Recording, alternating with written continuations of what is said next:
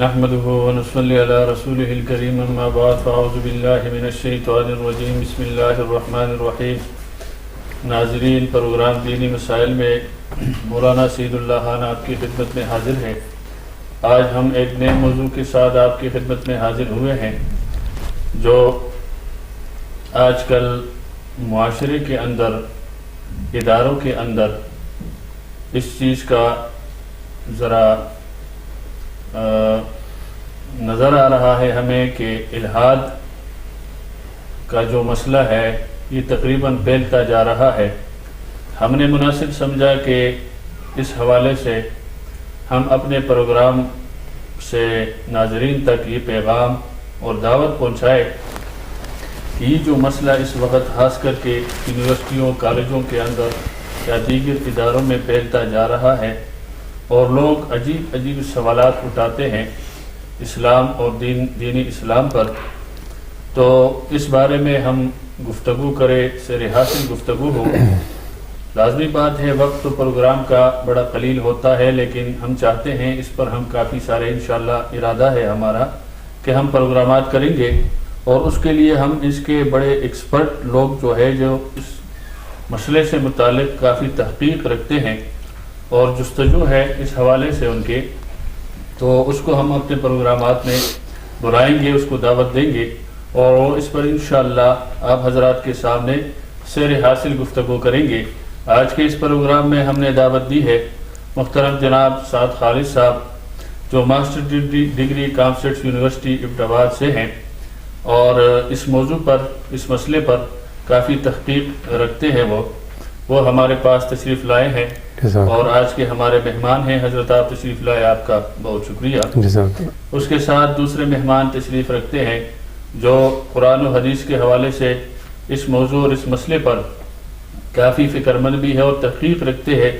حضرت مولانا مفتی میاں محمد اشرف حضری صاحب جو خطیب مرکزی جامع مسجد میزائل چوک ابٹ آباد کے خطیب ہیں، وہ تشریف لائے ہیں۔ حضرت آپ کے آنے کا بھی شکریہ، جزاک اللہ۔ محترم جناب سعد خالد صاحب، آپ نے تمہید میں یہ بات سامنے آ گئی، سن لی کہ الحاد جو ہے اس وقت یہ موضوعی بحث ہے ہمارا آج کے پروگرام کا۔ اس بارے میں ناظرین کو بتائے کہ الحاد کیا ہے، اور آج کل خصوصاً نوجوان جو طبقہ ہے وہ اس کا شکار ہو رہے ہیں اور وہ عجیب عجیب نکتے اٹھاتے ہیں اسلام پر، تو اس حوالے سے وہ بھی ان کے شکار ہو رہے ہیں۔ ایسا کیوں ہو رہا ہے؟ یہ کیوں ایسا ہے کہ لوگ جو ہے نا اسلام سے دور ہوتے جا رہے ہیں؟ حالانکہ اسلام حضور اکرم صلی اللہ علیہ وسلم جو دین لے کر آئے ہیں وہ ایک مستند دین ہے اور مدلل دین ہے۔ اللہ تبارک و تعالیٰ نے اس کو ثابت کیا ہے قرآن اور حدیث کے ذریعے سے، پھر نوجوان اس طرف کیوں جا رہے ہیں؟ بسم اللہ الرحمن الرحیم، الحمد للہ رب العالمین والصلاة والسلام علی رسولہ الکریم وعلی آلہ وصحبہ اجمعین۔ سب سے پہلے آپ کے پروگرام کا شکریہ کہ آپ نے ایک دفعہ پھر اپنے پروگرام میں دعوت دی، اور یقیناً جس موضوع کی طرف آپ نے ہمیں مدعو کیا ہے یہ بڑا ایک عام موضوع ہے۔ جیسے آپ نے سوال کیا کہ الحاد کیا ہے، تو بیسیکلی انگلش میں اس کو ایتھیزم کہتے ہیں، کہ یعنی وہ کسی بھی مذہبی خدا کو نہیں مانتے۔ جو ملحدین حضرات ہوتے ہیں وہ چاہے خدا کرسچینٹی کا ہو، چاہے وہ ہندوز کا خدا ہو، تو وہ کسی بھی خدا کے قائل نہیں ہوتے۔ الحاد بیس کرتا ہے اسکیپٹسزم پہ، جس کو آپ اردو میں تشکیک کہتے ہیں، اور تشکیک خصوصاً مذہب کے حوالے سے اور خدا کی ذات کے حوالے سے۔ اب یہاں پر ایک نکتہ ہے، کیونکہ یہ حضرات ان کا عموماً جو سوال کا جواب جو ان کو چاہیے ہوتا ہے وہ منطق سے ریلیٹڈ ہوتا ہے، لاجک سے ریلیٹڈ ہوتا ہے، تو ان کے اس المیہ میں یا ان کا جو عقیدہ ہے اسی کے اندر ایک مغالطہ موجود ہے۔ وہ یہ ہے کہ ایک ملحد یہ کہتا ہے کہ میں خدا کی ذات پر ایمان نہیں رکھتا، اور دوسری طرف الحاد جو ہے وہ بیس کرتا ہے میٹیریل چیزوں پر، مادیات پر، کہ جو چیزیں ہم دیکھ سکتے ہیں، ہاتھوں سے پکڑ سکتے ہیں، سونگھ سکتے ہیں، 5 سینسز سے اس کو دیکھا جا سکتا ہے، بس وہی چیزیں، اس کے علاوہ کوئی بھی نہیں۔ تو ملحد کا یہ دعویٰ کہ میں خدا کو نہیں مانتا، تو جو وہ کہہ رہا ہے کہ نہیں مانتا، یہ اس کا یقین ہے، اور یہ خود غیر مادی چیز ہے، یہ خود غیر مادی چیز ہے۔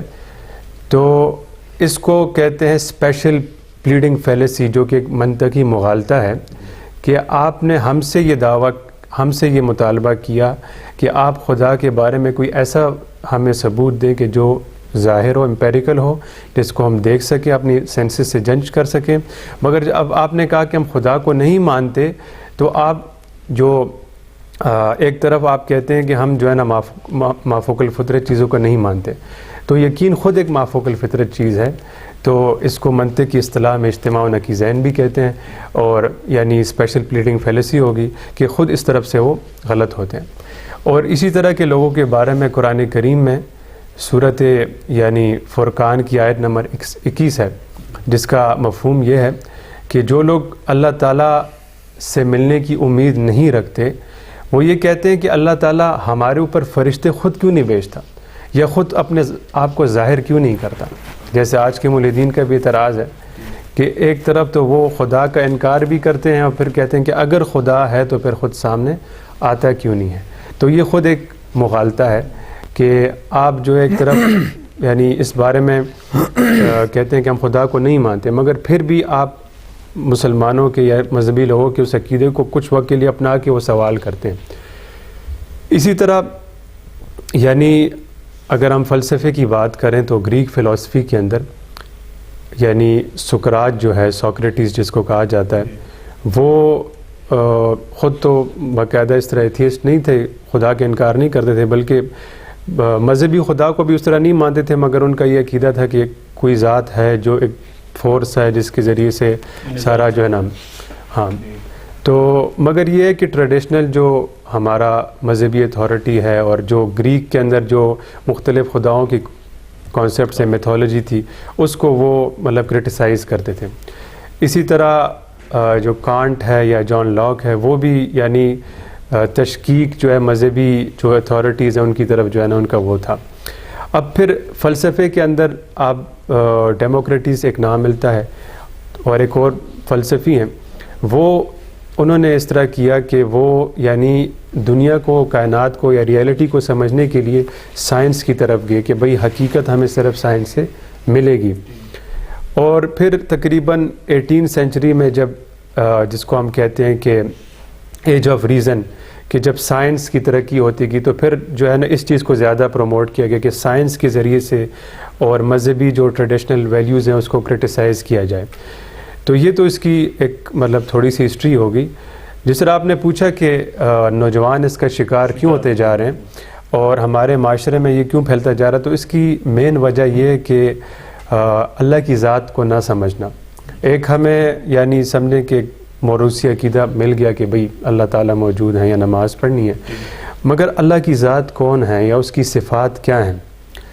اور پھر یعنی جس کو آپ کہتے ہیں کہ ویسٹرن کلچر کا بہت زیادہ ادھر امپوز ہونا، ٹھیک ہے، بہت زیادہ ہمارے معاشرے پر اس کا اثر ہونا، پھر ساتھ میں سیکولرزم ہے کہ بہت زیادہ آزادی ہو، اسی طرح لبرلزم ہے، انڈیویجولزم ہے، یہ سارے، اور پھر یعنی کہ آپ موبائل کھولیں ہر جگہ پہ، پھر دوستوں کا، کمپنی کا بھی ویسا ہی ہونا، اور پھر اس میں جو سب سے مین وجہ بن جاتی ہے وہ ہے پرابلم آف ایول، جس کو کہتے ہیں مسئلہ شر، کہ ایک انسان ہے اس کی زندگی میں کوئی ایسا حادثہ ہو گیا، کوئی ایسا واقعہ ہوا، جیسے کہ آپ نے نام سنا ہوگا چارلز ڈارون کا، جس کی مشہور تھیوری ہے ڈاروینین ایولیوشن کے نام سے، نظریہ ڈارون جس کو کہتے ہیں۔ تو اب آج کل کے جو ملحدین ہیں، جس طرح رچرڈ ڈاکنز ایک بڑا ملحد ہے جس کی کتاب ہے دا گاڈ ڈیلیوژن، وہ اس میں اس کا ذکر کرتا ہے، اور اس طرح مختلف ملحدین جو ہے نظریہ ارتقاء کو سامنے لے کر آتے ہیں اور اس کے بیس پر خدا کا انکار کرتے ہیں۔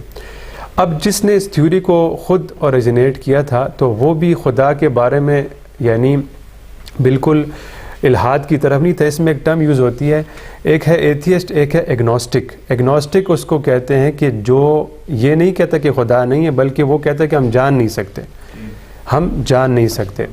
تو وہ جو چارلس ڈارون تھا، کیونکہ اس کی بیٹی کی وفات ہوئی تھی تو وہ اس حوالے سے اس طرف چلا گیا تھا کہ مجھے اس بارے میں نہیں، مگر وہ مکمل جو ہے نا وہ داریہ نہیں تھا، یا اس نے یہ نہیں کہا تھا کہ میری اس تھیوری کے ذریعے سے الحاد کی طرف جاؤ.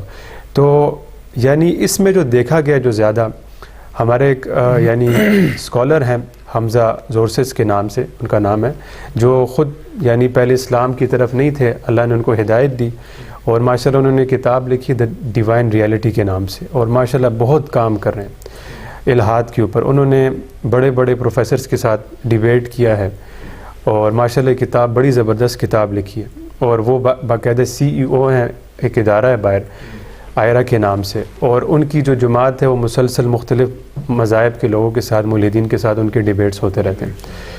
تو وہ ان کا کہنا یہ ہے کہ یہ جو الحاد ہے یہ عقل یا نالج سے زیادہ ایموشنل مسئلہ ہے 90%. یعنی ایک انسان جو ہے وہ اگر اسٹڈی کرتا ہے اور بہت تحقیق کرتا ہے تو اس بنا پر زیادہ تر لوگ الحاد کی طرف نہیں جاتے، بلکہ ایموشنل ہے کہ زندگی میں کوئی واقعہ ہو گیا، کوئی حالات ایسے ہو گئے، دین کے ساتھ دوری تھی، ٹھیک ہے نا، مذہب کو صحیح سمجھا نہیں، تو کرتے کرتے کرتے اور پھر جب اس چیز سے متاثر ہوا، ویسٹ سے متاثر ہوا، کرتے کرتے جو ہے نا وہ اس کی طرف چلا گیا. تو یہ اس کی وجوہات ہے. ٹھیک ٹھیک ٹھیک، ماشاء اللہ جی. حضرت میاں اشرف صاحب، سعد خالد صاحب نے جس طرح الحاد کے بارے میں فرمایا اور نوجوانوں کے حوالے سے مجھے جو سمجھ آ گئی، انشاءاللہ اگلا سوال اس کے سامنے رکھیں گے کہ مغربی کلچر سے متاثر ہو کر لوگ ان کی طرف جا رہے ہیں. تو یہ ہے کہ اس کے لٹریچر پڑھ کے اور وہ سمجھتے بھی ہے اسلامی لٹریچر سے یا اسلامی معلومات سے دور ہونے کی وجہ سے میرے خیال میں یہ شکار ہو رہے ہیں. اگر اسلامی معلومات رہ کے لٹریچر پڑھے تو انشاءاللہ یہ اعتراض ختم ہو جاتا ہے. تو آپ سے یہ ہے کہ الحاد کے بارے میں تو اس نے بتایا کہ یہ کیا ہے، قرآن و حدیث کی نظر میں آپ ذرا تشریح فرمائے اس کی ناظرین کے سامنے کہ یہ الحاد کے بارے میں قرآن کیا کہتا ہے، اللہ کیا کہتا ہے، قرآن اور اللہ کی نظر میں کیا ہے. نحمدہ و نسلم و نصلی علی رسولہ الکریم، اما بعد فاعوذ باللہ من الشیطان الرجیم. ان الذین یلحدون فی آیاتنا لا یخفون علینا. صدق اللہ العظیم. الحاد عربی کا لفظ ہے. الحاد کا معنی ہے لغوی معنی ٹیڑھا چلنا، درمیان کو اعتدال کو چھوڑ کر دائیں یا بائیں مڑ جانا.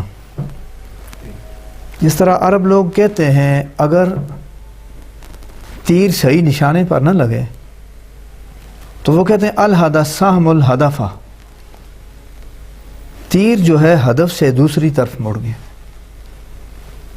یہ تو اس کا لغوی معنی ہے کہ جی ٹیڑھا چلنا.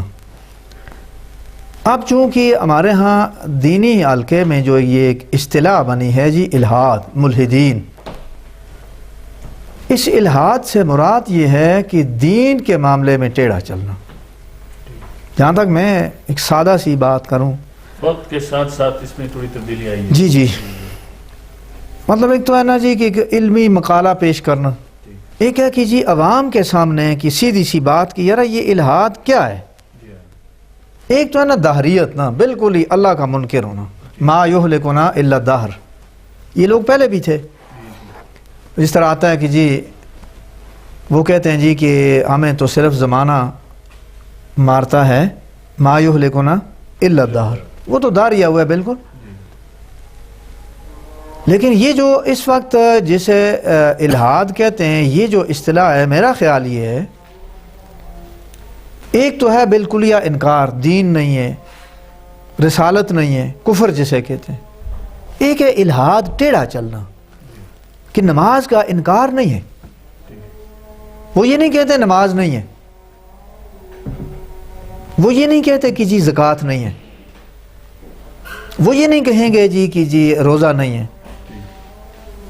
تمام جو اصطلاحیں دینی استعمال کریں گے، الفاظ قرآن کریم سے لیں گے، ممکن ہے احادیث مبارکہ کے الفاظ وہ یوز کریں، لیکن معنی اور مفہوم وہ اپنی مرضی کا کرے. مثال کے طور پر اب انہوں نے کہا جی کہ یہ جو نماز ہے جی نماز تو ہے، لیکن نماز جسے ہم کہتے ہیں اسے عربی میں تو صلاۃ کہتے ہیں. ٹھیک ہے جی، عربی میں جب اسے صلاۃ کہتے ہیں تو آپ ڈکشنری دیکھیں جی کہ صلاۃ کا کیا معنی. ٹھیک ہے جناب. حالانکہ یہ ان کا جس طرح بھی انہوں نے کہا نا، یہ ان کا ایک مغالطہ ہے کہ بھائی صاحب یہ لفظ آپ ویسے کسی جگہ ڈکشنری میں دیکھ رہے ہیں، کسی عام کتاب میں، یا یہ آپ قرآن میں آنے والے لفظ صلاۃ کی تشریح کر رہے ہیں؟ اگر آپ نے قرآن کریم کے اندر آنے والے لفظ کی تشریح کرنی ہے تو اللہ فرماتے ہیں اپنے نبی سے وَأَنزَلْنَا إِلَيْكَ الذِّكْرَ لِتُبَيِّنَ لِلنَّاسِ. قرآن مجید ایسا نہیں کہ اللہ نے آپ کو دے دیا ہے اب ہر ایک اپنی اپنی ڈکشنری کھول کے بیٹھ جائے جی کہ میں یوں سمجھتا ہوں اور میں یوں سمجھتا ہوں. نہیں، اللہ فرماتے ہیں نا اپنے نبی صلی اللہ علیہ وسلم کو اِنَّا عَلَيْنَا جَمْعَهُ وَقُرْآنَهُ فَإِذَا قَرَأْنَاهُ فَاتَّبِعْ قُرْآنَهُ ثُمَّ إِنَّا عَلَيْنَا بَيَانَهُ. اس کا بیان، اس کی وضاحت، یہ ہمارا کام ہے. اللہ فرما رہے ہیں. اچھا اللہ کا کام ہے تو اللہ کس ذریعے سے؟ اپنے نبی کی زبان سے. رسول اکرم صلی اللہ علیہ وسلم بیان کرنے والے ہیں قرآن کو. اللہ فرماتے ہیں انزلنا الیک الذکر، ہم نے نصیحت آپ پہ اتاری ہے. کیوں؟ لتبین للناس. حالانکہ جس کے اوپر یہ کتاب اتری ہے وہ عرب ہیں، ان کی اپنی زبان ہے. جب ان کی زبان ہونے کے باوجود انہیں یہ اجازت نہیں کہ وہ اپنی مرضی کی تشریح کریں. تشریح وہ مقبول ہوگی جو رسول اکرم کریں گے. تو اس لیے اب ایسا نہیں کہ جس کی کوئی وضاحت نہیں تھی، آج پہلی بار ہمیں قرآن ملا ہے، وہاں ایک صلاۃ لکھا ہوا ہے، اب ہم مان رہے ہیں جی صلاۃ تو ہے لیکن صلاۃ کا مفہوم کیا ہے. یہ ہم آج کیوں بیٹھے ہیں؟ تو یہ الحاد ہے. اب دیکھیں ٹھیک ہے، لغت کے اندر اس کا معنی دعا بھی ہے، اور اپنے دھاڑ کو جو ہے نا حرکت دینا بھی اس کا لغوی معنی ہے، تحریک الصلوین. ٹھیک ہے جناب. لیکن جہاں قرآن مجید میں اقیم الصلاۃ آیا ہے تو اس صلاۃ کا ایک پورا عملی نمونہ رسول اکرم صلی اللہ علیہ وسلم نے ہمیں کر کے دکھایا ہے کہ جی صلاۃ کا معنی ہے ارکان مخصوصہ، اوقات مخصوصہ کے اندر ادا کرنا. تو اب صلاۃ کا یہ معنی ہے. لیکن اب ملحدین کیا کریں گے؟ آگے جو لوگ بیٹھے ہوتے ہیں، یہ تو خیر اگلی بات ہے، لیکن بہرحال یہ کہ اسے الحاد کہتے ہیں کہ شرعی اصطلاحات کو ان کی جو وضاحت صاحب شرع صلی اللہ علیہ وسلم نے فرمائی ہے اس سے ہٹ کر اپنی مرضی کی تشریح کرنا اور سامنے جاہل لوگوں کو گمراہ کرنا. اب جب ایسے کر لیا کہ جی دیکھیں جی وہاں تو اس کا لغوی معنی دعا ہے، بس ٹھیک ہے دعا کر لی تو اس کا جو مقتضا ہے ہم سے جو شریعت کا تقاضا ہے پورا ہو گیا بس. اب وہ کہتے ہیں نا کہ ڈوبتے کو تنکے کا سہارا. آگے جو لوگ بیچارے بیٹھے ہیں پہلے ہی جو تانگیں، اور پھر وہ ان کی جو دینی مضبوطی ہے وہ بھی آپ کو معلوم ہے، تو وہ شکر کرتے ہیں اس طرح کے. وہ لوگ جو بالکل کنارے پہ بیٹھے ہوتے ہیں، جو انتظار میں ہوتے ہیں کہ یار کوئی بات ایسی ملے کہ نماز سے جان چھوٹے، ان کا کام ہو گیا بس. تو یہ الحاد ہے. اور جی میرے خیال میں جو میں کہ دین کو ہم دین سے سمجھیں، دین کو دین سے، دین کو صاحب شرع حضرت نبی اکرم صلی اللہ علیہ وسلم، ہم خود اس کو سمجھانے بیٹھ جائے یا کسی اور لٹریچروں کی طرف ہم جائیں تو پھر ہمیں سمجھ آئے گا. جی ہاں بات کریں. مطلب یہ نا جی کہ قرآن مجید کی جو تفسیر ہے اصح الطرق فی تفسیر القرآن ان یفسر القرآن بالقرآن. سب سے پہلا درجہ تو یہ ہے قرآن پاک کی تفسیر کا، قرآن کو قرآن سے سمجھے. ایک جگہ میں آیت مختصر ہے تو آیا کسی دوسری آیت میں اس کے مقابلے میں کچھ وضاحت ہے تو اس کو اس میں پیش کریں. پھر اس کے بعد رسول اکرم صلی اللہ علیہ وسلم کی حدیث مبارک ہے، آپ کا بیان ہے، چاہے وہ قولی ہو یا فعلی ہو. آپ نے فعل کیا ہے، اس سے ہمیں وضاحت مل رہی ہے کسی لفظ کی، تو ہم اس فعل کو پیش کر کے اس کی وضاحت کریں کتاب اللہ کے کسی لفظ کی. اس کے بعد پھر حضرات صحابہ کرام کے اقوال ہیں. اس لیے کہ سب سے پہلے قرآن سے، پھر قرآن حدیث پاک سے، اور تیسری چیز یہ ہے کہ قرآن مجید وہ رسول اکرم صلی اللہ علیہ وسلم، تیسری چیز یہ ہے کہ حضرات صحابہ کرام کے اقوال سے. اس لیے کہ نبی اکرم صلی اللہ علیہ وسلم پہ قرآن کریم اترا. وہ لوگ جو اس وقت موجود تھے، وہ کون لوگ تھے جنہوں نے دیکھا وحی آئی، باقاعدہ وہ کیفیت دیکھی کہ جب وحی آتی تھی تو رسول اکرم صلی اللہ علیہ وسلم کی چہرہ اقدس کی کیا کیفیت ہوتی تھی، یہاں تک کہ اگر سخت سردیوں میں بھی وحی آتی تھی تو آپ کو پسینہ۔ اچھا، پھر کون سا سوال ہوا کہ یہ آیت مبارکہ جواب میں آئی؟ کیا مسائل درپیش تھے کہ اللہ تعالیٰ کی طرف سے یہ پیغام آیا؟ تو جن کے سامنے قرآن پاک اترا، عملی طور پر وہ ساتھ رہے، وہ جنگوں میں ساتھ رہے، وہ حالت امن میں ساتھ رہے، آپ نے کسی سے کوئی معاہدہ کیا تو وہ موجود تھے، تو آپ صلی اللہ علیہ وسلم کے فرمان کے بعد، آپ کے فعل کے بعد قرآن پاک کی تفسیر معتبر ہوگی حضرات صحابہ کرام کے اقوال سے۔ بلکہ ایک واقعہ ہے وہ سحری کے بارے میں، جی ہاں، جب وہ بالکل بالکل بالکل، وہ آپ گئے تو انشاءاللہ وہ بھی کوٹ کر رہے آپ، جی ہاں، کہ وہ صحابی کو پھر غلط فہمی ہو گئی کہ رات کو دودھ آگے رہ کے اس نے، جب اللہ نے فرمایا کہ سفید اور سیاہ داغے میں فرق آ جائے، سحری کا ٹائم، تو انہوں نے وہ داغے سمجھے۔ نبی علیہ السلام نے اس کو سمجھایا کہ حالانکہ وہ اہل لغت تھے، وہ عربی سمجھتے تھے، لیکن اس کے باوجود قرآن کو نہیں سمجھے جب تک نبی علیہ السلام نے اس کو نہیں سمجھایا کہ اسے یہ روشنی، اسے وہ روشنی مراد ہے، یہ داغے مراد نہیں ہے۔ جزاک اللہ جی۔ سعد خالد صاحب، جس طرح حضرت نے گفتگو فرمائی کہ اصل بات یہ ہے کہ ہم دین کو دین سے سمجھنے کی کوشش نہیں کرتے۔ مثال کے طور پر ایک دینی مسئلہ ہے، ہمیں دینی مسئلہ لاحق ہے، تو ہم بجائے اس کے کہ مفتی عالم اور اس کے جاننے والے اور سمجھنے والے کے پاس جائے، بجائے اس کے ہم جا کر ڈاکٹر یا وکیل کے پاس جائے کہ جی ہمیں یہ مسئلہ درپیش ہے، تو لازمی بات ہے ادھر سے ہمیں نہیں ملے گا، اور جو چیز پھر ادھر سے ملے گا تو پھر ٹیڑھا والا فن اختیار کریں گے ہم۔ تو اس چیز کو ہمیں دیکھنا چاہیے کہ سوال یہ ہے آپ سے کہ اللہ تبارک و تعالیٰ کے وجود کو عقل، منطق یا سائنس سے کیسے ثابت کریں گے؟ قرآن و حدیث تو ثابت کرتے ہیں، حضرت انشاءاللہ اس پہ بات کریں گے، لیکن جو لوگ عقلی طور پر کہتے ہیں نا، جیسے آپ نے پہلے کہا کہ وہ عقل سے دیکھتے ہیں، عقل کو سامنے رکھتے ہیں اور قیاس سارا ان چیزوں پر چلتا ہے، تو اللہ تبارک و تعالیٰ کا وجود یہ تو ہے، ہمارا تو عقیدہ ہے، لیکن جو لوگ اس وقت شبہات کے شکار ہے، جس کو ہم ملحدین کہتے ہیں، اس کو آپ کیسے ثابت کریں گے عقل، منطق وغیرہ سے، یا سائنس پہ جو یقین اور عقیدہ رکھتے ہیں؟ جی، اس میں سب سے بنیادی چیز یہ سمجھنا ضروری ہے ہمارے نوجوانوں کو بھی، اور اس میں ایک ٹرم یوز ہوتی ہے، یہ ایک فلسافیکل، ایک فلسفی اپروچ ہے جس کو کہتے ہیں سائنٹزم، ایک سائنس، ایک سائنٹزم، کہ سائنس کو آپ ہر حقیقت کے لیے حتمی سمجھیں کہ بس سائنس ہی سب کچھ ہمیں جواب دے گی، اور سائنس ہی ہمارے لیے کافی ہے، ہمارے ٹریڈیشنل ویلیوز یا مذہبی یا اور جو نالج کے ذرائع ہیں جن کے ذریعے سے ہم خدا تک پہنچ سکتے ہیں ان کو ڈسکارڈ کر دو۔ اب سائنس کی حدود کیا ہیں؟ اب یہ مانا جاتا ہے کہ 1+1=2 ہوتا ہے۔ اب سائنس کے رولز کے مطابق اس کو آپ پروف یا ڈس پروف نہیں کر سکتے۔ اسی طرح جو اخلاقیات ہیں، اس کے بارے میں سائنس آپ کو کچھ نہیں کہتا کہ بھئی یہ چیز اچھی ہے بری ہے، اس کو سائنس آپ کو کچھ نہیں کہتا۔ پھر ایک ٹرم یوز ہوتی ہے میتھڈولوجیکل نیچرلزم نا، کہ اس کائنات کو سمجھنے کے لیے نیچرل لاز کی طرف انسان جائے، سپر نیچرل جو ایکسپلینیشن ہے، جو اس سے باہر جو ایکسپلینیشن ہے مطلب مافوق الفطرت ہے، اور چاہے اس میں خدا کی ذات ہو، اس کی جو ہے نا اس پر اثر ہو، اس کو ڈسکارڈ کیا جائے۔ سائنس بیس اس پر کرتی ہے۔ اور انڈکشن مطلب پرائمریلی اس پر کہ مثلاً ایک ایکسپیریمنٹ ہوا کہ فلانی جگہ میں کچھ خرگوش دیکھے گئے کہ وہ سفید ہیں، تو اس کے بارے میں کہہ دیا کہ ساری سفید ہیں، مطلب جو چیز سامنے ظاہر ہو۔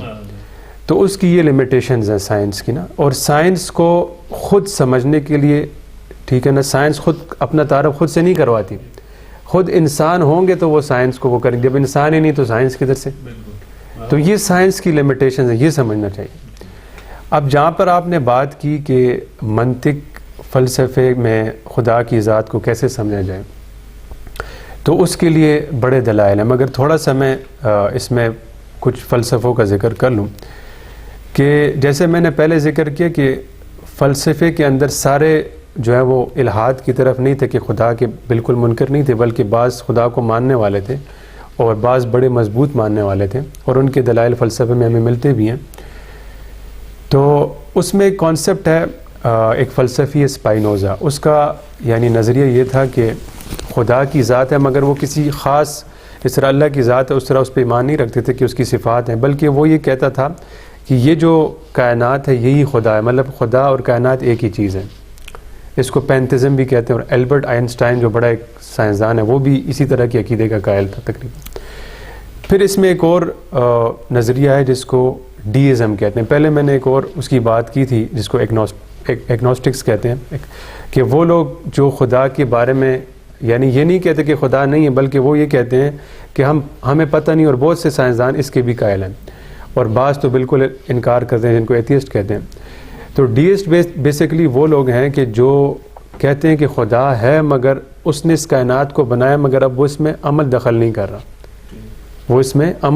کر رہا، اور یہ جو سچویشن ہے یہ بڑی خطرناک ہے جو الحاد کی طرف لے کے جانے والی ہے. جب وہ دیکھتے ہیں کہ خدا تو ہے مگر یہ مسائل ہیں، یہ ہو رہا ہے سارا کچھ، تو کرتے کرتے وہ الحاد کی طرف چلے جاتے ہیں. اب خدا کے وجود کے اوپر کچھ دلائل، اس میں میں آپ کے سامنے 3 آرگیومنٹس رکھنا چاہوں گا جو فلسفے میں ہے. اس میں سب سے جو میں سمجھتا ہوں کہ جو مضبوط آرگیومنٹ ہے جس کو کہتے ہیں ڈیپینڈنسی یا کنٹینجنسی آرگیومنٹ،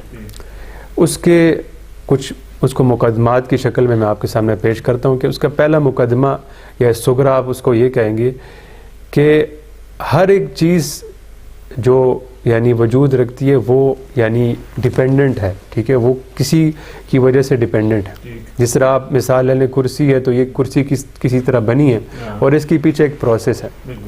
اب اس کا کبرا یا دوسرا جو آپ سمجھیں کہ مقدمہ یہ ہوگا کہ کائنات مجموعہ ہے ان سب چیزوں کا، تو لہٰذا اس کا نتیجہ یہ نکلے گا کہ اس کو بنانے والی وہ ذات ہوگی جو خود بنی ہوئی نہیں ہوگی، جو خود ڈیپینڈنٹ نہیں ہوگی. اگر وہ ڈیپینڈنٹ ہوگی تو وہ خدا نہیں ہو سکتی، کیونکہ خدا ہونے کے لیے لازمی ہے کہ وہ اس پر موقوف نہ ہو. تو وہ واجب الوجود ذات کون ہے؟ وہ خدا کی ذات ہے. اب اس کے لیے ارادہ ہونا بھی ضروری ہے، ٹھیک ہے. آپ کائنات کے اندر دیکھتے ہیں قرآن کی آیت ان فی خلق السماوات والارض واختلاف اللیل والنہار لآیات لأولی الالباب. اللہ تعالیٰ جب قرآن کی کائنات میں غور کرنے کا بتاتے ہیں تو کائنات کی جو ویرائٹی ہے اس کی طرف کہ دیکھو زمین سے کیسے غلہ اگایا اور مختلف چیزوں کی طرف. تو اس آیت کے اندر بھی اللہ تعالیٰ فرماتے ہیں کہ یقیناً زمین اور آسمان کی تخلیق میں اور رات اور دن کے بدلنے میں نشانی عقل والوں کے لیے. تو اللہ کی ذات جو ہے وہ ولیشنل بھی ہے، ارادی بھی ہے، غیر ارادی نہیں ہے. اب جس طرح آگ ہے نا، آگ گرم کرے گی ٹھنڈی نہیں کرے گی. آپ ایک چیز کو پش کر رہے ہیں وہ آگے جائے گی پیچھے نہیں ہوگی. تو اللہ کی ذات ارادہ رکھتا ہے. اللہ تعالیٰ نے کائنات کے اندر ویرائٹی پیدا کی، اچھائی ہے تو برائی بھی ہے، رات ہے تو دن بھی ہے، اور کائنات کے دنیا کے اندر طرح طرح کے جو ہے نا اللہ تعالیٰ نے جانور پھیلا دیے. اس کے بعد ایک دوسرا آرگیومنٹ ہے جو ہمارے بڑے بڑے علماء نے، امام رازی نے، امام غزالی رحمۃ اللہ علیہ نے پیش کیا، جس کو کاسمولوجیکل آرگیومنٹ یا بعض فلسفیوں نے اس کو پیش کیا، کلام کاسمولوجیکل آرگیومنٹ کے نام سے جانا جاتا ہے. اس کا مقدمہ آپ یہ سمجھیں کہ ہر ایک چیز جس کی ابتدا ہے اس کے پیچھے کوئی کاز ہے، پہلا مقدمہ. دوسرا یہ کہ یونیورس کی ابتدا ہوئی ہے، مانا جاتا ہے بگ بینگ تھیوری مانی جاتی ہے کہ جس سے یونیورس کا ابتدا ہوا. پہلے ایک تھیوری مانی جاتی تھی کہ یونیورس ہمیشہ سے ہے، مگر یہ اب اتنی زیادہ نہیں. رائج یہ ہے کہ یونیورس کی ابتدا ہوئی ہے. اب تیسرا جو اس کا یہ بنتا ہے کہ یعنی یونیورس کے کاز ہونا چاہیے، اور وہ کاز خود جو ہے اس کا کوئی کاز نہیں ہونا چاہیے، اور وہ ان کاز جس کو خود کسی نے نہیں بنایا وہ خدا کی ذات. اب اس میں یہاں پر ایک مسئلہ ہے. ہمارے ملحدین حضرات ادھر ایک سوال کرتے ہیں، یا جب ہم خدا کے بارے میں ان کو بتاتے ہیں، وہ ان کا ایک مشہور سوال ہے، اور جو اکثر ان کی ایک کتاب ہے کرس آف گاڈ کے نام سے، ایک ملحد جو پہلے مسلمان تھا اس نے لکھی ہے. اس کے ٹائٹل پہ بھی لکھا ہے یہ کتاب ان لوگوں کے لیے کہ جو ہمیشہ سے ایک سوال کا جواب چاہتے تھے مگر ان کو ملا نہیں. حالانکہ اس کا جواب موجود ہے کہ خدا کو کس نے بنایا. تو اس کا جواب اسی میں رد ہو جاتا ہے کہ جب ہمارا جو اس کا مقدمہ یہ ہے کہ وہ ان کاز ہونا چاہیے، کہ اس کو خود کسی نے نہیں بنایا. اگر وہ خود بنا ہوگا تو پھر اس کو کس نے بنا ہوگا، اور یہ سلسل جو ہے نا انفائنائٹ چلتا جائے گا، اور یہ جو ہے باطل ہے. یہ تو یہ کہیں نہ کہیں رکنا چاہیے. ایک اور اس کی مثال اس طرح کہ آپ نے شاید دیکھا ہوگا کہ وہ بلاکس ہوتے ہیں ایک ہی طرح کے، ڈومینوز اس کو کہتے ہیں، اس کو جب آپ پش کرتے ہیں تو وہ سارے گرتے جاتے ہیں، وہ گر رہے ہوتے ہیں. جس نے اس کو دھکا دیا اگر وہ بھی اس کو بھی کسی نے بنایا تو یہ سلسلہ کہیں پہ رکتا نہیں ہے. تو اسی لیے کہیں پہ رکے گا، اور وہ رکے گا کہاں پر؟ وہ خدا کی ذات ہے. تو یہ ایک دوسرا آرگیومنٹ ہو گیا. تیسرا جو ہے آپ کہہ لیں کہ مورل آرگیومنٹ اخلاقیات پہ بیس کرتا ہے کہ اخلاقیات جو ہیں وہ مجموعی طور پر مانی جاتی ہیں، چاہے کوئی داعیہ ہو. میں نے پچھلے پروگرام میں بھی عرض کیا تھا کہ مجموعی طور پہ اخلاقیات مانی جاتی ہیں. کسی کو قتل کرے، کسی کے ساتھ جھوٹ ہو، دھوکہ ہو، سب بھی مانتے ہیں کہ برا ہے. پہلا مقدمہ ہو گیا. دوسرا یہ ہے کہ اس کے لیے کوئی ایسی ذات ضروری ہے جو مافوق الفطرت ہو. اور تیسرا یہ ہے کہ تیسرا یہ ہے کہ خدا کی ذات اس کو زیادہ ایکسپلین کرتی، جو خود اس سے یعنی ماورا ہے، جس کو خود ان چیزوں کی ضرورت نہیں ہے، صمد ہے. اور وہ آخری مقدمہ اس کا پھر یہ بنتا ہے کہ وہ خدا ہے، اور نتیجہ مطلب کہ خدا کی ذات موجود ہے. اب اس حوالے سے سب سے پہلے تو آپ کے سامنے حدیث نبی علیہ السلام کی کہ نبی علیہ السلام نے فرمایا کہ ہر بچہ فطرت اسلام پہ پیدا ہوتا ہے. اور اس حوالے سے سڈنی کے اندر ایک ڈاکٹر ہیں، ڈاکٹر اولیریوا پیٹرووک ان کا نام ہے. انہوں نے مختلف سٹڈیز کی بچوں کے اوپر، خصوصاً جو سائیکالوجی کی ماہر ہیں. انہوں نے یہ دیکھا، انہوں نے مختلف سٹڈیز کی کہ بچوں کو اب نہیں بتایا گیا کہ بھئی خدا ہے نہیں، بلکہ ان کا خود ہی یعنی فطرت کے اندر یہ حدیث یہاں پر ہمیں پتہ چلتا ہے کہ وہ خود اس بات کو وہ کر رہے ہیں کہ بھئی اس کائنات کا بنانے والا کوئی ہے یا اس ایک ہائر فورس ہے. اور اسی طرح انہوں نے یہ بولا کہ یہ جو دہریت ہے یہ بندہ بعد میں سیکھتے ہیں، ان کے بارے میں نہیں پتہ ہوتا، اور جو چیز انسان کے اندر شامل ہے وہ خدا کے بارے میں یقین ہے. اسی طرح جسٹن بیرٹ ایک پروفیسر ہیں، انہوں نے آکسفورڈ یونیورسٹی میں اسی طرح کا ایکسپیریمنٹ کیا کہ بچوں کا جو عقیدہ ہے وہ ایک خدا کی طرف راغب ہے، حالانکہ ان کو نہیں بتایا گیا.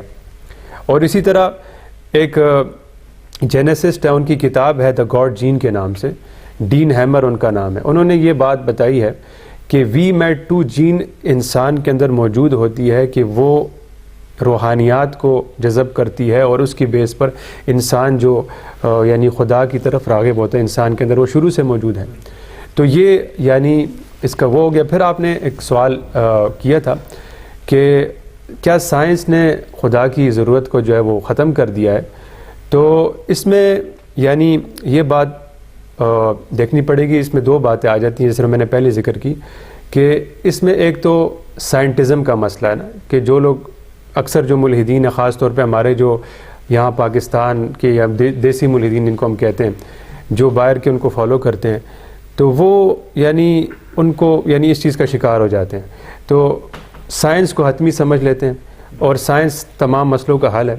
پھر ایک اور آرگومنٹ اس میں آتا ہے گاڈ آف گیپس، یعنی یہ اعتراض کیا جاتا ہے کہ جہاں پر سائنس نے تو بتایا ان چیزوں سے چل رہا ہے، اور جہاں پر نہیں سمجھ آئی، جیسے وائی یہ ہو کیوں رہا ہے، یعنی بگ بینگ ہوئی تو اس کی وجہ کیا تھی، یہ اور جو پہلا خلیہ تھا وہ خود کس طرح وجود میں آ گیا نا.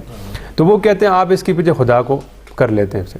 اب جس طرح رچرڈ ڈاکنز ہے، وہ کہتا ہے کہ خدا کی ذات جو ہے وہ ایک فیری ٹیل ہے، یعنی ایک پریوں کی کہانی ہے. تو یہ جو ہے یہ خود ایک مغالطہ ہے، منطقی مغالطہ، جس کو کہتے ہیں اسٹرا میننگ. اب خدا کی ذات پہ جو ایکچوئل ڈیبیٹ ہے اس کو نہیں کرنا، بلکہ کوئی اور ایسی بات کرنا کہ اس میں جو ہے نا غلط ہو جائے. اور اسی طرح مختلف ملحدین ہیں ہمارے، جس طرح ابھی بات ہو رہی تھی پہلے، ہمارے بھائی ہیں حارث صہیب بھائی، انہوں نے کتاب لکھی ہے دیر از اے گاڈ، ایک ملحد کی کتاب ہے why there is know God. ان کا انہوں نے جواب دیا ہے. تو اس میں بھی انہوں نے یہی طریقہ کار اپنایا ہے، جس کو ایک اور مغالطہ ہے منطقی، ایڈ ہومینم اس کو کہتے ہیں، کہ بجائے جس چیز پر بحث ہو رہی ہے اگلے کی کردار پہ بات کرنا شروع کر دینا، کہ جو مذہبی لوگ ہیں وہ دعائیں کرتے ہیں، محنت نہیں کرتے، یا اس طرح کی مختلف اس ڈیبیٹ کو ادھر ادھر شفٹ کرنا. اور اسی طرح ہمارے ایک اور عزیز ہیں جن سے میں ان کی طرف رجوع بھی کرتا ہوں، ڈاکٹر عمر فاروق سعید صاحب، انشاءاللہ ان کو بھی آپ کے پروگرام کی وساطت سے دعوت دیں گے اور انشاءاللہ اس پر بات ہوتی رہے گی. انہوں نے رچرڈ ڈاکنز کی کتاب کا جواب دیا ہے اور حارث سلطان کی کتاب کا جواب دیا ہے. تو اس میں بھی یعنی رچرڈ ڈاکنز کی جو کتاب ہے گاڈ ڈیلیوژن، اس میں بھی انہوں نے ایک منطقی، کافی سارے اپیل ٹو اتھارٹی ایک منطقی مغالطہ ہے، یعنی انہوں نے پہلے چیپٹر میں کارل سیگن کو، جس طرح میں نے بتایا نا کہ وہ خود داریہ نہیں تھا کارل سیگن، وہ ایک ایگنوسٹک تھا خدا کی ذات کے بارے میں جن کو شور نہیں ہوتے، باقاعدہ یہ نہیں کہتے کہ ہم نہیں مانتے، تو وہ ان کے بارے میں کہتا ہے کہ یہ میرا عقیدے میں ساتھی، حالانکہ وہ ان کا مسلک مطلب عقیدہ اور ہے اور ان کا اور ہے۔ اور پھر اس میں ایک اور بات آ جاتی ہے کہ یہ کہا جاتا ہے کہ کائنات چاند سے وجود میں آئی یا خود بخود آ گئی۔ جی جی جی جی جی کہ اسباب کیا ہیں اس کے، یہ جو لوگ ملحد ہو رہے ہیں یا اس طرح شبہات کے شکار ہو رہے ہیں، اس کے اسباب کیا ہے جی، اس پہ ذرا روشنی ڈالیں، کیوں جا رہے ہیں؟ بسم اللہ الرحمن الرحیم۔ دین سے دوری ہے، ان ھذا القرآن، قرآن سے دوری جی ہاں، ہے۔ ان ھذا القرآن یہدی للتی ہی اقوم، یقیناً یہ قرآن وہ راہ دکھاتا ہے جو بالکل سیدھی ہے اللہ کی طرف۔ ہم 5 وقت میں نماز پڑھتے ہیں، 5 نمازیں ہیں، نماز فرض ہو، واجب ہو، سنت ہو، نفل ہو، الحمد اس میں پڑھتے ہیں، اور اس کے اندر اللہ نے ہمیں جو چیز سکھائی ہے اہدنا، اصل چیز یہ ہے کہ اللہ تعالیٰ کا تعارف تو قرآن پاک کراتا ہے، پھر رسول اکرم صلی اللہ علیہ وسلم کی سیرت، اور اس چیز سے تو ہم دور ہو گئے۔ خاص طور پر اس وقت جو موبائل نامی یہ مصیبت ہے، حضرت مفتی تقی عثمانی صاحب نے سال یا 2 سال پہلے کی بات ہے، اپنے ختم بخاری کے پروگرام پر انہوں نے یہ کہا تھا، اس صدی کا سب سے بڑا فتنہ موبائل ہے۔ اور پھر اس کے ساتھ ساتھ یہ کہ دینی مضبوطی کا نہ ہونا۔ اس وقت ہمارے یعنی کہ وہ بہت سارے بچے، آپ چند سال پہلے دیکھیں ایک طریقہ کار یہ تھا کہ بچے 2 وقت مسجد جاتے تھے، صبح بھی اور شام کے وقت بھی۔ یہ جو مسجد کی تعلیم تھی نا، آپ یقین کریں کہ یہ بڑی جاندار تعلیم تھی نا، عقیدے کی بات ہوتی تھی، آمنت باللہ و ملائکتہ و کتبہ، تعلق بھی ہوتا تھا، تعلق ہوتا تھا۔ پھر آہستہ آہستہ یہ ہو گیا جی کہ صبح کے وقت جی سکول جانا ہوتا ہے، حالانکہ یہ سکول بھی جاتے تھے، وہاں سے واپس آ کے صبح نماز کے فوراً بعد پہنچ جاتے، قاعدہ ناظرہ کچھ حفظ والے بھی ہوتے، پھر یہ سارے آتے اور آ کے ناشتہ کر کے پھر سکول جاتے۔ اچھا وہ صبح والا پہلے ختم ہوا، پھر شام کے وقت ہوتا تھا۔ اب شام کے وقت بھی بہت بعض بچے وہ ہیں جو 15 منٹ، بعض تو وہ ہیں جو آتے ہی نہیں۔ تو اب ظاہر بات ہے کہ قرآن مجید، اور پھر قرآن مجید جیسے وقت کے ساتھ ساتھ نا، وقت کے ساتھ ساتھ کہ اس کو ذرا سمجھا کے پڑھانا، اس کی موٹے موٹے مضامین کم از کم بچوں کو سمجھا دینے چاہیے، موٹے موٹے مضامین، یعنی عقیدے کے بارے میں توحید ہے، رسالت ہے کہ قیامت ہے، اچھا وہ کیا کہتے ہیں نہ ماننے والوں کے حالات، ماننے والوں کے حالات، ٹھیک ہے جناب، تقدیر کیا چیز ہے، مختصر بات یہ۔ ایمانیات مضبوط نہیں ہوں گے، دیکھیں قرآن مجید پہلی بات یہ کہتا ہے ذالک الکتاب لا ریب فیہ ھدی للمتقین، لیکن وہ کون لوگ ہیں؟ الذین یؤمنون بالغیب، وہ یہ کھوج نہیں لگائیں گے بھائی اللہ تعالیٰ کدھر ہیں، دیکھیں نا، یؤمنون بالغیب۔ اب اور دینی حوالے سے جو مضبوطی ہونی چاہیے، اس کا جو فلسفی انداز ہے کہ جی یہ کیوں ہے، اس کیوں کے بجائے وہ جو سادہ انداز ہے کہ اللہ کی ذات موجود ہے۔ دیکھیں قرآن مجید میں آتا ہے الذین یحشرون علی وجوہہم الی جہنم، وہ لوگ جو لے جائے جائیں گے دوزخ کی طرف چہروں کے بل۔ تو کسی نے سوال کیا جی کہ چہروں کے بل کیسے چلیں گے؟ تو نبی اکرم صلی اللہ علیہ وسلم نے وہاں کوئی سائنسی توجیہ، کوئی فلسفی توجیہ نہیں فرمائی، آپ نے اتنا فرمایا ہے کہ جس ذات نے پاؤں کے بل چلایا ہے وہ چہرے کے بل بھی چلا رہے ہیں۔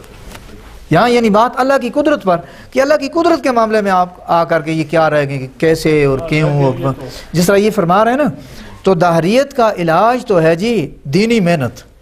میں نے یہاں پر ایک اس سے پچھلی مرتبہ جب آپ کے ہاں ہمیں موقع ملا تھا 12 ربیع الاول کے موقع پر پروگرام جو ریکارڈ ہوا، میں نے اس میں بھی آخر میں یہ بات کہی تھی کہ ہمیں انتھک محنت کرنی پڑے گی اس قوم کو قرآن کریم کی طرف لانے کے لیے۔ اللہ تعالیٰ بخشے حضرت ڈاکٹر اسرار احمد صاحب وہ ایک لفظ استعمال کرتے تھے کہ رجوع الی القرآن، رجوع الی القرآن، کہ قرآن پاک کی طرف، اور دین سے دوری، دین کو نہ سمجھنا، اور دوسری طرف سے محنت زیادہ ہو رہا ہے۔ جیسے آپ نے کہا نا کہ لوگ پہلے زمانے میں صبح بھی آتے تھے مساجد، شام کے وقت اگر ہم دیکھیں نا، صرف یہ مساجد ایسی جگہ ہیں کہ جہاں سے آپ کو دین، ملے گا، حدیث، نبی علیہ السلام، صحابہ اور اپنے دین معلومات یہاں سے ملیں گے۔ اس کے علاوہ تو میرے خیال میں ذرائع ہے مدارس وغیرہ لیکن اس طرف تو لوگ کم جاتے ہیں. جی یہ اس کو بھی ہم نے چھوڑ دیا ہے. زیادہ سے زیادہ ماتے نماز وہ بھی کہتے ہیں جلدی سے پڑھ کے بس نکل جائے, اور حالات ہم سب سمجھتے ہیں اور جانتے ہیں. بہرحال آخر میں بس مختصر چونکہ وقت ختم ہونے والا ہے, انشاءاللہ اگلا پروگرام بھی انشاءاللہ پھر کریں گے, انشاءاللہ. وقت کم ہوتا ہے ہمارے پاس. تو مختصر سے کہ مختصر الفاظ میں سعد خالد صاحب آپ بتائیں کہ جو ملحدین ہیں اس کو کیسے قائل کریں گے؟ اس میں جو سب سے بنیادی چیز ہے, کہ بھائی یہ غلط عقیدہ ہے, غلط نظریہ ہے, یہ بھی جی اس میں سب سے بنیادی چیز ہے, جس طرح ان کے مختلف اعتراضات ہوتے ہیں, وہ معجزات پہ اعتراض کرتے ہیں, یہ مختلف, تو ان سب کا تعلق ہے مطلب شریعت کے ساتھ. تو ان کو سب سے پہلے جو بات ہوگی وہ اللہ کی ذات کے اوپر بات ہوگی, کہ وہ اس بات پہ قائل ہو جائیں کہ ہمارے بنانے والا کوئی ہے اور اس نے ہمیں بغیر مقصد کے نہیں بھیجا. اس کی ذات کے اوپر جو ہے مطلب صحیح طرح دلائل دینا اور اس کے احسانات اور مقاصد, جیسے وہ مختلف اعتراضات جب کیے جاتے ہیں کہ یہ مسائل ہیں, یہ مسئلہ شر ہے, تو اس کے بعد ایک زندگی ہے مرنے کے بعد, اس میں انصاف ہوگا. ٹھیک ہے, آپ یہاں پہ دیکھتے ہیں کسی پہ ظلم زیادتی ہوگی, وہ بندہ پھر رہا ہے, تو جب آپ کے اندر یہ احساس پیدا ہو رہا ہے تو پتہ چلتا ہے کہ کوئی بنانے والا ہے. حضرت میں آخر میں ایک بات کہوں گا, ادعونی استجب لکم, ان حضرات کے لیے دعا بھی کیجئے. بعض کے بجائے بعض سے شاید چلیں, ایک ہوتا ہے کہ عالم اسباب میں آدمی اس کا بہانہ نہ چھوڑے, کوئی عذر نہ چھوڑے, لیکن جو آپ بھی ان کے لیے دعا کریں اور آپ انہیں یہ کہہ دیں جو بالکل ہی اللہ کے بھی منکر ہیں, آپ یہی انہیں کہہ دیں کہ چلو یار, یعنی علی سبیل الامکان تمہارے ہاں, کہ چلو یار اگر تم یہ تو کر لو کہ اے وہ ذات کی جس کے بارے میں یہ کہہ رہے ہیں, یعنی ماننے والے کہہ رہے ہیں, اے وہ ذات اگر آپ موجود ہیں تو آپ مجھے اپنی موجودگی, اور واقعی آپ ہیں تو مجھے ہدایت دے دیں. آپ یقین کریں, دل سے مانگا جی, والذین جاہدوا فینا لنہدینہم سبلنا. جب وہ کوشش کریں گے نا جی, وہ چاہیں گے کہ اگر ہے تو ملے ہمیں, تو انشاءاللہ مل رہے گی. اس طرح کے واقعات ہیں بھی کہ جو مطلب اس طرف ہدایت کی طرف اور حق کی طرف مانگا اللہ تعالیٰ ہے, ملتی. ناظرین, جو حضرات کی گفتگو سے میرے سمجھ میں آیا یا جو میں نے اخذ کیا ان سے, یہ ہے کہ عقل کی بنیاد پر جو لوگ چلیں گے تو وہ راہ راست سے ہٹیں گے. اس لیے کہ دین کو تو نہ عقل سے سمجھ سکتے ہیں ہم, اور نہ عقل پر وہ سمجھایا جا سکتا ہے.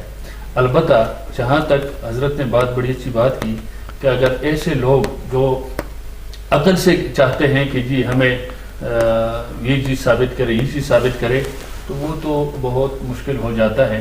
دلائل موجود ہے قرآن و حدیث کے اندر اور دین کے اندر, لیکن ایک آدمی حد درم ہو جائے, یہ مثالیں موجود ہے مشرکین مکہ کے اندر, تو حد درمی کا کوئی علاج نہیں ہے. البتہ یہ ہے جو میں نے اس پورے خلاصہ جو بیان ہوا ہے میں نے حذف کیا ہے کہ ایسے آدمی کے سامنے مثالوں سے زیادہ سمجھایا جا سکتا ہے.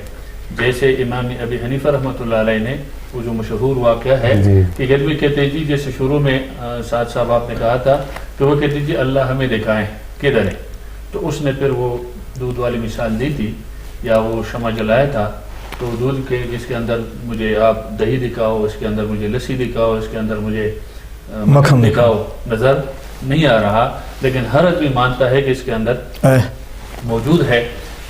اس طرح کے میرے خیال میں جو لوگ عقل پہ چلتے ہیں تو اس سے سمجھیں گے نہیں, تو قرآن سے اگر اخلاص کے ساتھ ہم تعلق رکھیں گے, وابستگی رکھیں گے, اور جو لوگ قرآن کو سمجھتے ہیں ویسے نہیں کہ ادھر ادھر لوگوں کے پاس بھاگتے پھرے جس کو الف سے با تک پتہ نہیں, تو وہ مزید گمراہی کا سبب بنتے ہیں. اس لیے ہم صحیح جو سمجھدار ہیں, جو علماء ہیں, جو اس کو سمجھتے ہیں, ان کے پاس جائے اور ان کے سامنے اگر اپنا مسئلہ رکھیں گے, یقیناً اللہ تبارک و تعالیٰ مدد کرے گی اور ہدایت ملے گا. آپ دونوں حضرات کا بہت شکریہ, اور اسی کے ساتھ اجازت دیجیے. اللہ حافظ. جزاکم اللہ.